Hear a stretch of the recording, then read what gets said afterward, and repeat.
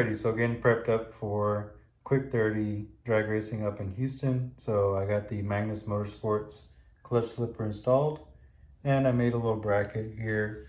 For S197 owners, you can make a bracket off the AC dryer or a sound tube for 2010 and up cars.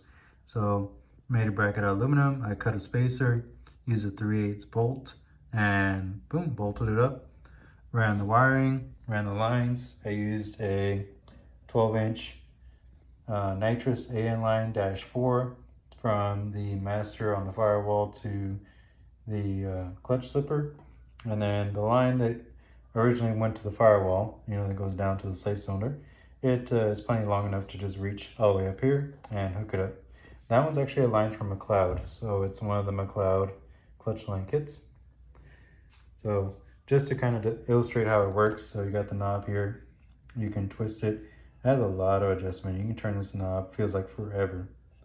So what I'll usually do is I'll start, it ends up right there with the logo kind of facing sideways. I usually start on that setting, and then I'll do 1, 2, 3, 4, 5 turns. So 5 turns actually is quite a bit of delay on the clutch, so I'm going to show you that inside the car. I think when I try it on the track for the first time, I'm going to try it at 2 turns and see what it's like. Especially on a really tight track, you don't need a whole lot of slip. Just enough to kind of soften the initial hit on the launch and get you going. So I'll kind of illustrate what it's like in the car and how I wired it up. Alright, so we're in the car now, and right now I have the clutch slipper turned off, so the fluid is flowing through the line lock. So when there's no power being given to the line lock, it is completely open. So as you can see, to press the clutch and it comes right up. So let me try it. Press the clutch, comes right up. Just like normal. So just turn on the switch. So I made a little switch panel here on the dash. I have not put all the panels back in. I installed a micro switch here on first gear. So that's another thing. Turn the lights back on. So I have a micro switch here on first gear, and with this switch off, it kills the power to it. So it was in first gear right now when I pressed in the clutch. So basically I have power going from a 12-volt source going to the switch here, and then from the switch it goes to the micro switch. So when it's in any other gear besides first, it is not activated. Third gear, as you can see, it's not activated. Fourth gear, second, it's very far away. And of course, reverse, anything like that, neutral, it's not activating. Only in first gear you can hear it focus. There you go. You can hear it click.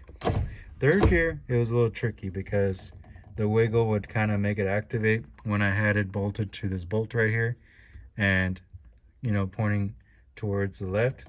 So there, it does not activate in third gear, only in first gear. So that way it slips in first gear only.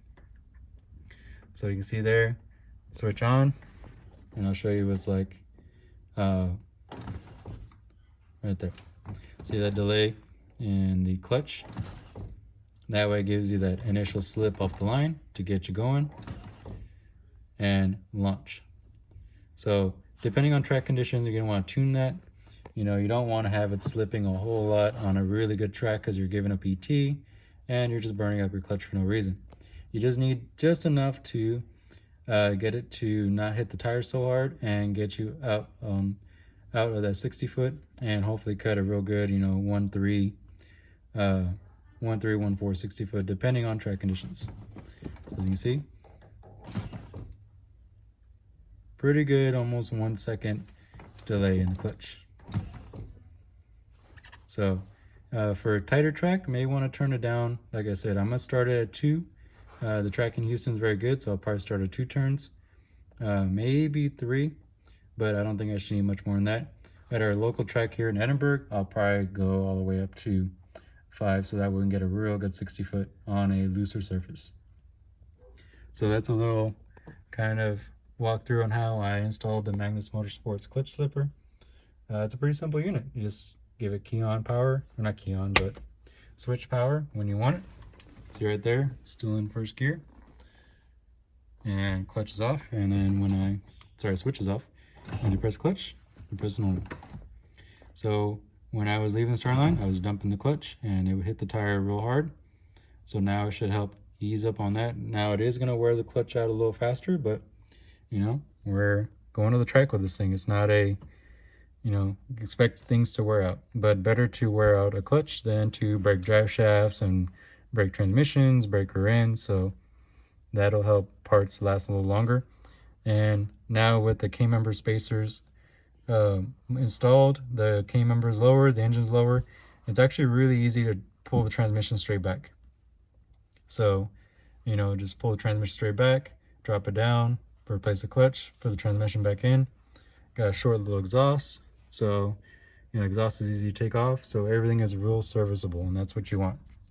So there's pretty much my overview. Thank you guys again, and have a good day.